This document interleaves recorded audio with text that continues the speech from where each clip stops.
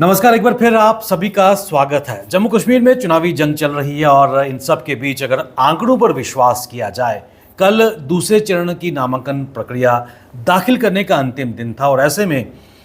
विश्वास करना मुश्किल है क्योंकि जो आंकड़े बोल रहे हैं, आधिकारिक तौर पर जो आंकड़े बोल रहे हैं, क्योंकि कल कई उम्मीदवारों ने अपने नामांकन पत्र दाखिल किए हैं और ऐसे में जम्मू कश्मीर में अभी तक सबसे गरीब जो कैंडिडेट है वो भारतीय जनता पार्टी के स्टेट यूटी के प्रेसिडेंट रविंदर रैना हैं। और कल नौशहरा असेंबली कॉन्स्टिट्यूंसी से जब उन्होंने अपना नामांकन पत्र दाखिल किया तो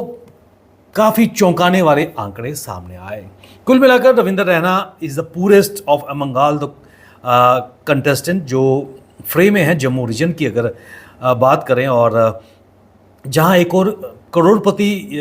कैंडिडेट उम्मीदवार मैदान में हैं और अपने उम्मीदवारों के मध्य मुकाबिल कई करोड़पति उम्मीदवार इस वक्त मैदान में हैं।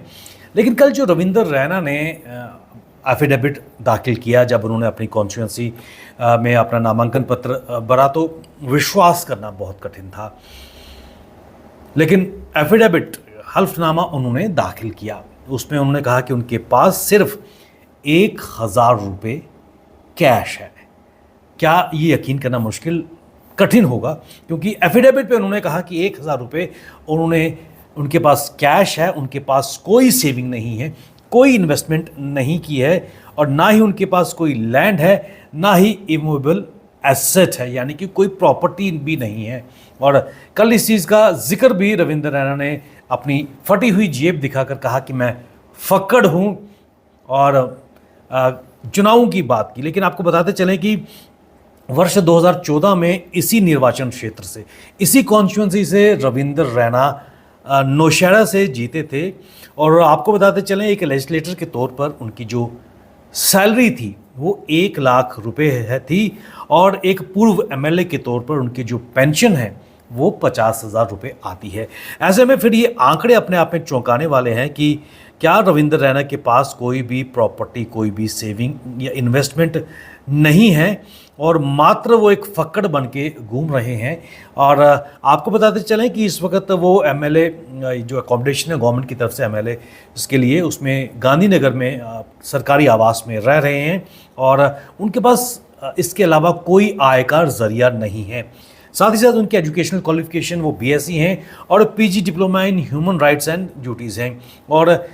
ये चौंकाने वाली बात है कि जितने भी उम्मीदवार इस वक्त मैदान में हैं, रविंदर रैना भारतीय जनता पार्टी जम्मू कश्मीर यूटी के प्रेसिडेंट हैं, सबसे गरीब हैं और इस चीज़ को उन्होंने खुद भी एक्सेप्ट किया, तस्लीम किया कि वो फक्कड़ हैं। और ऐसे में आपको बताते चलें कि भारतीय जनता पार्टी के कई उम्मीदवार, चाहे हम कुलदीप राज दुबे की बात करें, चौधरी जुल्फकार की अगर बात करें, या फिर दूसरे पॉलिटिकल पार्टीज़ की बात करें, या फिर कटरा से भारतीय जनता पार्टी के जो बलदेव राज शर्मा हैं, उनके पास लगभग 20.25 करोड़ रुपए की इमूवेबल और 31.14 लाख रुपए की मूवेबल एसेट्स हैं और उनके बच्चों और धर्मपत्नी के पास लगभग 6 करोड़ की संपत्ति है।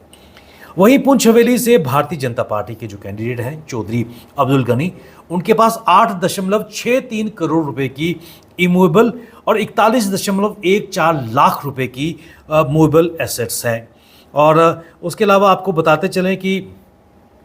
मोहम्मद इकबाल मलिक जो बीजेपी के कैंडिडेट हैं थन्ना मंडी के और फॉर्मर डिप्टी कमिश्नर वो रह चुके हैं, उनके पास 1.92 करोड़ रुपए की मूवेबल और 65.82 करोड़ रुपए की मूवेबल एसेट्स हैं। वहीं भाजपा के एक और कैंडिडेट मोहम्मद अकरम की अगर बात करें, गुलाबगढ़ कॉन्स्टिट्यूंसी से वो खड़े हो रहे हैं, 8.05 करोड़ रुपए की मूवेबल प्रॉपर्टी है। और जुगल किशोर शर्मा जो एक आज़ाद उम्मीदवार के तौर पर चुनाव लड़ रहे हैं, कांग्रेस पार्टी में वो कैबिनेट मंत्री रहे हैं, उनके पास 15.93 करोड़ रुपए की इमूवेबल और 59.04 करोड़ रुपए की मूवेबल एसेट्स हैं और उनकी धर्मपत्नी के पास 7.17 करोड़ और 83.72 लाख रुपए के मूवेबल एसेट्स हैं। वहीं अगर हम एजाज अहमद खान की बात करें, हाजी बुलंदशाह की पुत्र हैं, वो एक कदावर शख्सियत थी जम्मू कश्मीर के राजनीतिक परिदृश्य में, खासकर पीर पंचाल की अगर बात करें तो उनके पास 3.5 करोड़ की मूवेबल और लगभग 3 करोड़ रुपए की एसेट्स उनकी धर्मपत्नी के नाम पे हैं। तो ऐसे में लगातार उनके जो ब्रदर हैं मुमताज़ अहमद खान, जो कांग्रेस के उम्मीदवार हैं, उनके पास 1.5 करोड़ रुपए की संपत्ति है और उनकी धर्मपत्नी के पास 2.85 करोड़ रुपए की। तो कुल मिलाकर लगभग, अगर नेशनल कॉन्फ्रेंस की अगर बात करें तो नेशनल कॉन्फ्रेंस के जावेद अहमद रैना के पास लगभग 3.25 करोड़ रुपए की मूवेबल और इमूवेबल प्रॉपर्टी है। उनकी धर्मपत्नी के पास 4.2 करोड़ रुपए के एसेट्स हैं। वहीं नेशनल कॉन्फ्रेंस के उम्मीदवार बुद्धल से हैं, उनके पास 6.98 करोड़ की इमूवेबल एसेट्स और 1.87 करोड़ रुपए की मूवेबल एसेट्स हैं। उनकी धर्मपत्नी जो डीडीसी रह चुकी हैं, 1.59 करोड़ रुपए के एसेट्स उनके पास हैं। तो ऐसे में जहां पर लगभग सभी करोड़पति उम्मीदवार, काफ़ी करोड़पति उम्मीदवार हैं जिनके पास काफ़ी मूवेबल और इमूवेबल एसेट्स हैं, उन सब के बीच भारतीय जनता पार्टी के जेकेयूटी के प्रेसिडेंट रविंदर रैना की अगर बात करें, सबसे गरीब कैंडिडेट, मात्र 1,000 रुपये उनके पास कैश। और ऐसे में अगर 50,000 रुपये उनको अगर पेंशन मिल रही है तो ना तो वो सेविंग में नज़र आ रही है, क्योंकि नेचुरली पेंशन तो सेविंग खाते में आएगी। और कहीं ना कहीं अगर टीडीएस की बात करें, टैक्स की बात करें, तो क्या उस पर टैक्स कट के मिलता होगा, कई प्रश्न है। लेकिन जो आधिकारिक तौर पर हल्फनामा उन्होंने जो दाखिल किया जब अपना नॉमिनेशन फाइल किया, ये सवाल निश्चित तौर पर जनता भी उनसे जानना चाहेगी। और खासकर उनके परम मुकाबले में जो खड़े हैं, उनके कभी परम मित्र भी थे, हमेशा शादी की बात उनकी करते थे, कब करेंगे रविंदर रैना जी शादी, ये प्रश्न सुरेंद्र चौधरी भी पूछते थे। उनके मध्य मुकाबले इस वक्त नौशहरा कॉन्स्टिट्यूंसी से खड़े हैं, वो भी जानना चाहेंगे कि कितने फकड़ रविंदर रैना क्यों हुए, किस हाल में हुए। लेकिन जो हाल भी उनका है, रविंदर रैना उस हाल में सदैव मुस्कुराते रहते हैं, खुश रहते हैं, खुश मिजाज हैं, लोगों से गले मिलते हैं और जम्मू कश्मीर के, खासकर जम्मू संभाग के एक पसंदीदा नेता भी हैं। और अगर जीतते हैं और भारतीय जनता पार्टी सरकार में आती है तो जम्मू कश्मीर के मुख्यमंत्री का चेहरा भी वो हो सकते हैं। लेकिन कुल मिलाकर कल दूसरे चरण के अंतिम दिन जो नामांकन फाइल हुआ, उसके मुताबिक रविंदर रैना सबसे गरीब उम्मीदवार हैं और करोड़पति